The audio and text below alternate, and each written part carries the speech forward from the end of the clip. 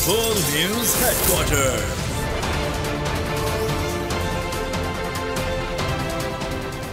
अस्सलामुअलैकुम। बोल news headquarters में आपको खुश आमदेद कहेंगे। मैं हूं आपके साथ सहरेश जुहेब। मैं हूं मुदस्सर इकबाल और मैं हूं बुशरा हक। हेडलाइंस आप जान चुके हैं, इस बुलेटिन में हम बात करेंगे पंजाब में अब क्या होगा। इमरान खान ने बता दिया। गवर्नर को नेक मशवरा। नून लीग की भागदौड़। कराची में इलेक्शन का फैसला। उम्मे रुबाब की मंजिल करीब। और फैसला कुन वनडे। और बुलेटिन के आगाज में सबसे पहले आपको बताएं कि इमरान खान कहते हैं ये हुक्मरान निगरान सेटअप को तूल नहीं दे पाएंगे, नई इस्टेब्लिशमेंट इनका बोझ नहीं उठा सकती। इमरान खान ने मोहन इलाही की तारीफ की, साथ ही पेश गोई भी की कि काफ लीग आगे चलकर तहरीक इंसाफ का हिस्सा बन जाएगी। एंकर पर्सन से मुलाकात में इमरान खान ने कहा पंजाब में 186 अरकान पूरे करना बड़ी कामयाबी है। हमें लग रहा था कि 186 अरकान पूरे नहीं कर पाएंगे, लेकिन हमने 186 अरकान पूरे किए और 13 जमाती इंपोर्टेड टोले को शिकस्त दी। इमरान खान ने मजीद कहा, क्या कहा जानते हैं उसामा दुरानी से। उसामा, आगाह कीजिएगा, मजीद क्या तफसीलात इस मुलाकात की। बिल्कुल, पाकिस्तान तहरीक इंसाफ के चेयरमैन इमरान खान की एंकर पर्सन से मुलाकात हुई है और उन्होंने कहा है कि मोहन इलाही ने बहुत ही अच्छा एक किरदार जो है वो अदा किया है।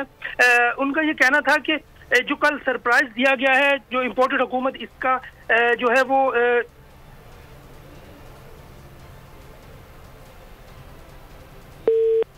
उसामा मजीद तफसीलात लेंगे कि आज इमरान खान की होने वाली मुलाकात से मुताल्लिक इमरान खान ने कहा कि ये हुक्मरान निगरान सेटअप को तूल नहीं दे पाएंगे, नई इस्टेब्लिशमेंट इन हुक्मरानों का बोझ नहीं उठा सकती है। इस मुलाकात में इमरान खान ने मोहन इलाही की तारीफ भी की, साथ ही पेश गोई भी की कि काफ लीग आगे चलकर तहरीक इंसाफ का हिस्सा बन जाएगी। एंकर पर्सन से मुलाकात में इमरान खान ने कहा कि पंजाब में 186 अरकान पूरे करना बड़ी कामयाबी है। हमें लग रहा था कि 186 अरकान पूरे नहीं होंगे। खान के बड़े सरप्राइज से हुकूमती हलकों में खलबली मच गई। पंजाब असेंबली बचाने के तमाम तर हथकंडे नाकाम हो गए। गवर्नर पंजाब आज रात परवेज इलाही की समरी पर दस्तखत करेंगे। बलीगुर रहमान ने कानूनी टीम से मुशावरत कर ली, रहनुमाओं को भी एतमाद में ले लिया। कहते हैं कि असेंबली की तहलील आईनी जरूरत मगर मुश्किल मरहला है। दूसरा सरप्राइज, हुकूमत और इत्तेहादियों ने सर पकड़ लिए। परवेज इलाही ने पहले एतमाद का वोट लिया, फिर असेंबली की तहलील की समरी पर दस्तखत कर दिए। हुकूमत के पास मंजूर के सिवा कोई रास्ता ना बचा। गवर्नर पंजाब ने समरी मौसूद होने की तस्दीक कर दी, कानूनी टीम से राय मांग ली। बड़े फैसले से कबल रहनुमाओं को भी एतमाद में ले लिया। जरा के मुताबिक गवर्नर आज रात समरी पर दस्तखत कर देंगे। बलीगुर रहमान कहते हैं असेंबली की तहलील आईनी जरूरत मगर मुश्किल मरहला है। 90 रोज बाद रमजान है, इंतखाबाती तारीख देखना होगी। मुकर्रर वक्त से पहले असेंबली जो कि अवामी नुमाइंदों की एक रिप्रेजेंटेटिव बॉडी है और आवाम की एक नुमाइंदा बॉडी है, उसको वक्त से पहले डिज़ोल्व करना एक जमहूरियत पसंद इंसान के लिए अगरचे मुश्किल फ़ैसला है। ये भी देखना है कि 90 दिन का मुझे वक्त भी देना होगा 90 डेज़ के अंदर के इलेक्शन के लिए कौन सी तारीख दी जाए। जरा के मुताबिक तहरीक इंसाफ ने निगरान सेटअप पर गौर शुरू कर दिया। फवाद चौधरी ने हमजा शहबाज को खत भेजे जाने की तस्दीक कर दी। खबरों में आगे देखिए, नून लीग की अक्सरियत का मशवरा क्या। और कराची में इलेक्शन का फैसला हो गया। गवर्नर पंजाब को असेंबली तहलील करने की समरी पर दस्तखत कर देने चाहिए। बलीगुर रहमान अब इंतजार ना करें। पीटीआई के सीनियर नायब सदर फवाद चौधरी ने मुतालबा कर दिया। मीडिया से बातचीत में कहा कि निगरान हुकूमत के लिए हमजा शहबाज से रब्ता किया जा रहा है ताकि निगरान हुकूमत के लिए नाम मांगे जाएंगे। फवाद चौधरी ने कहा कि एपी असेंबली को भी तहलील करने की समरी तैयार कर ली गई है। वज़ीर आला खैबर पख्तूनख्वा को आज लाहौर पहुंचना था, लेकिन मौसम की खराबी के बायस नहीं आ सके। जो पंजाब असेंबली की तहलील का फैसला किया था, उसकी समरी जो है वो रात को तकरीबन 9:30 बजे के करीब जो है वो गवर्नर हाउस में मौसूल हो गई थी। हमारी तवक्को और हमारी ख्वाहिश ये है कि आर्टिकल 112 के तहत गवर्नर 48 मज़ीद 24 घंटे का इंतज़ार ना करें और वो फौरी तौर के ऊपर असम्बली की तहलील का हुक्मनामा जारी करें। हमजा शहबाज साहब से जो लीडर ऑफ अपोजिशन है उनसे फॉर्मली राब्ता जो है वो किया जा रहा है और परवेज़ इलाही साहब उन्हें अपने जो नाम हैं वो तजवीज़ भेज देंगे। उन्होंने अपने नाम भेजने हैं और ऐसे नाम ही इस कंसिडरेशन में आएंगे जो कि गैर जानबदार होंगे।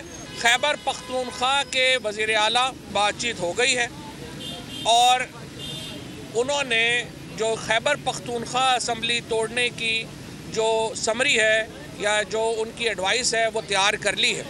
और कप्तान के पंजाब असम्बली की तहलील के बाउंसर पर मुस्लिम लीग नून लड़खड़ा गई। नवाज शरीफ ने शहबाज शरीफ को फोन खड़का दिया। शहबाज शरीफ ने आसिफ जरदारी से भी फोन पर मुशावरत की।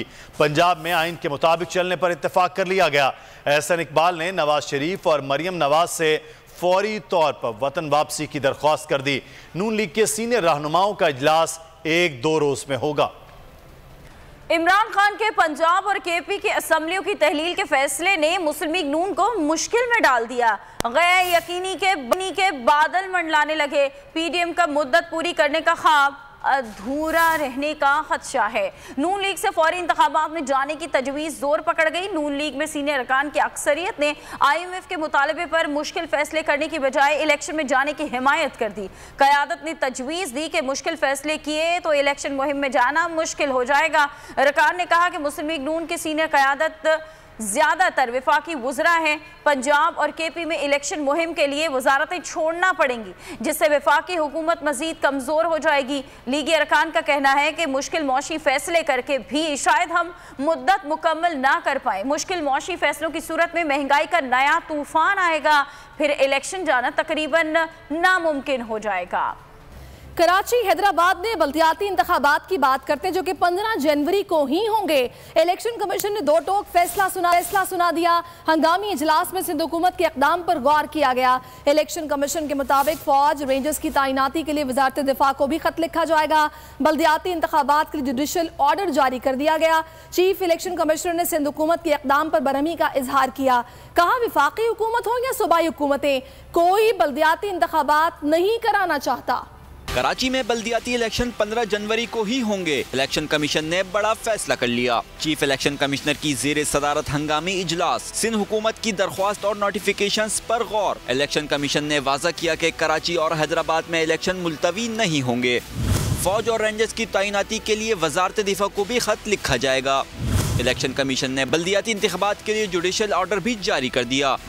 हल्का बंदियों की मनसूखी का सिंध हुकूमत का नोटिफिकेशन गैर कानूनी करार दे दिया गया। IG सिंध और चीफ सेक्रेटरी को शफाफ इंतखाबात के लिए ज़रूरी इक़दाम की हिदायत कर दी।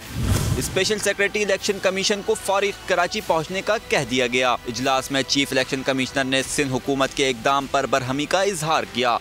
कहा वफाकी हुकूमत हो या सूबाई हुकूमतें, कोई बल्दियाती इंतखाबात नहीं कराना चाहता। इस्लामाबाद में बल्दियाती कानून में तरामीम का सारा मलबा इलेक्शन कमीशन पर डाला गया। अब 2 दिन पहले सिंध हुकूमत ने भी ऐसा ही इकदाम किया। कानून के मुताबिक सिंध हुकूमत नोटिफिकेशन वापस ले सकती है। इलेक्शन कमीशन हल्का बंदियों के नोटिफिकेशन को मुस्तरद नहीं कर सकता। वजीर इत्तलात सिंध शर्जील मेमन ने साफ साफ कह दिया। बोले MKM के मुतालबे पर हल्का बंदियों का नोटिफिकेशन वापस लिया।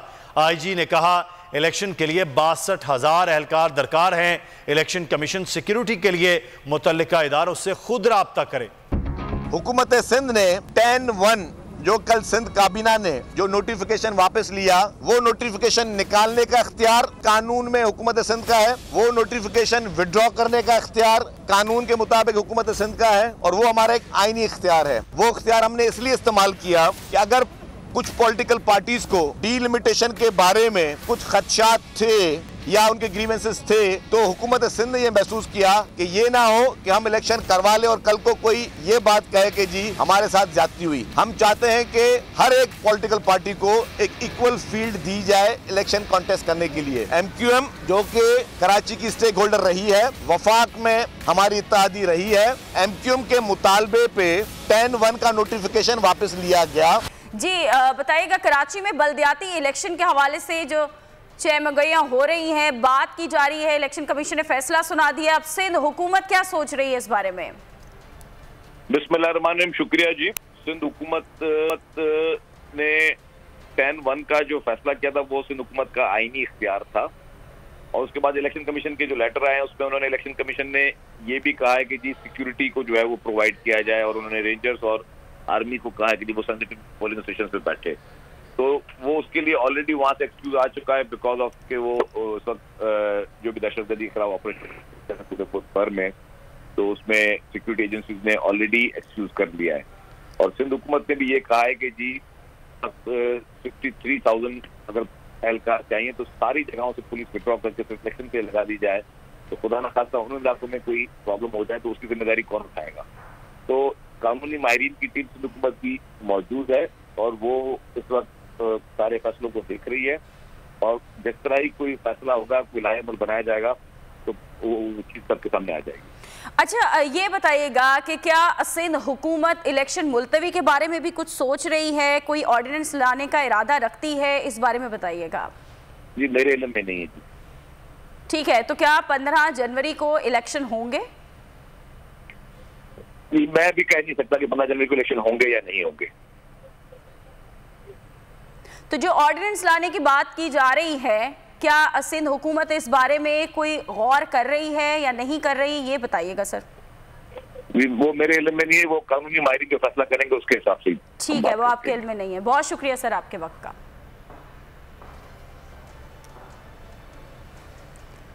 शर्जील इनाम मेमन से बात हो रही थी बल्दियाती इलेक्शन के हवाले से। कराची में बल्दियाती इलेक्शन के हवाले से मुख्तलिफ शहमगोइयाँ की जा रही हैं, और गुज़श्ता रोज़ जो एक अहम प्रेस कॉन्फ्रेंस की गई थी मुत्तहिदा पाकिस्तान की जानिब से, जिन्होंने ये वाज़े कहा था कि इलेक्शन नहीं होने दिए जाएंगे। अभी शर्जील इनाम मेमन से सिंध हुकूमत इस हवाले से क्या सोच रही है, इस पर बात हुई। ऑर्डिनेंस के हवाले से उन्होंने कहा कि उनके पास कोई ऐसी इंफॉर्मेशन नहीं है कि सिंध हुकूमत कोई ऑर्डिनेंस लाने का इरादा रखती है या नहीं, इस ऑप्शन पर गौर हो रहा है या नहीं, उनके पास ऐसी कोई इंफॉर्मेशन नहीं है। ताहम इलेक्शन के फैसले के मुताबिक बल्दियाती इलेक्शन का जो दूसरा मरहला होने जा रहा है, इस पर भी उन्होंने बात की। उन्होंने कहा है कि 15 जनवरी को ही इलेक्शन होंगे। रहनुमा पीटीआई खुर्रम शेर जमान का कहना है कि MQM 9 माह से क्या सो रही थी, जो इलेक्शन सर पर आते ही तमाशा लगा लिया। मसला हल्का बंदियों का नहीं, ये इलेक्शन से भागना चाहते हैं। उन्होंने कराची की सिर्फ आधी नशिस्तों पर उम्मीदवार खड़े किए हैं। बोल न्यूज से गुफ्तगू में खुर्रम शेर जमान ने कहा ये इकट्ठे हो गए हैं, अब इनका शिकार करने में आसानी होगी।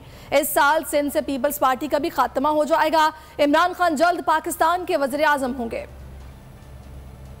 क्योंकि देखिए मजबूर कौमी मूवमेंट जो है पिछले 8 महीने से इनकी हिस्सेदार है। सो अगर इनको इतनी फ़िक्र होती डिलिमिटेशन की और इन तमाम मसाइल की, तो 8-9 महीने पहले जब रिजीम चेंज हुई थी तो उसी वक्त ये सारा तमाशा लगा लेती। मसला असल में सारा ये है कि मजबूर कौमी मूवमेंट ने सिर्फ कराची के अंदर 52% यूनियन काउंसिल्स के ऊपर अपनी नॉमिनेशंस फाइल किए हैं। लेकिन मेरा सवाल ये है कि ये 9 महीने से सो रहे थे, अब जब इलेक्शन सर के ऊपर आए तो तमाशा लगाए, ये बहुत अच्छा हो गया, इकट्ठे हो गए। अब ये इकट्ठे हो गए, इनका शिकार करने में हमें भी आसानी होगी। इस बात पे यकीन कर लें कि पाकिस्तान पीपल्स पार्टी का खात्मा जो है वो सूबे सिंध से भी होगा और 2023 में होगा। इमरान खान की हुकूमत होगी कि आपके नेक्स्ट प्राइम मिनिस्टर जो हैं पाकिस्तान के इमरान खान हैं। और MQM रहनुमा कराची में बल्दियाती इलेक्शन मुलतवी होने की उम्मीदें लगा बैठे। फरोग नसीम कहते हैं इलेक्शन कमीशन ने इलेक्शन कराने का गैर कानूनी फैसला किया, इलेक्शन हुए तो कानूनी नहीं होंगे। कराची में मीडिया से गुफ्तगू में उनका कहना था गवर्नर सिंध ऑर्डिनेंस ला सकते हैं, वो इनका इख्तियार है। हल्का बंदी में धांधली से MQM का वोट बैंक कम करने की कोशिश की गई।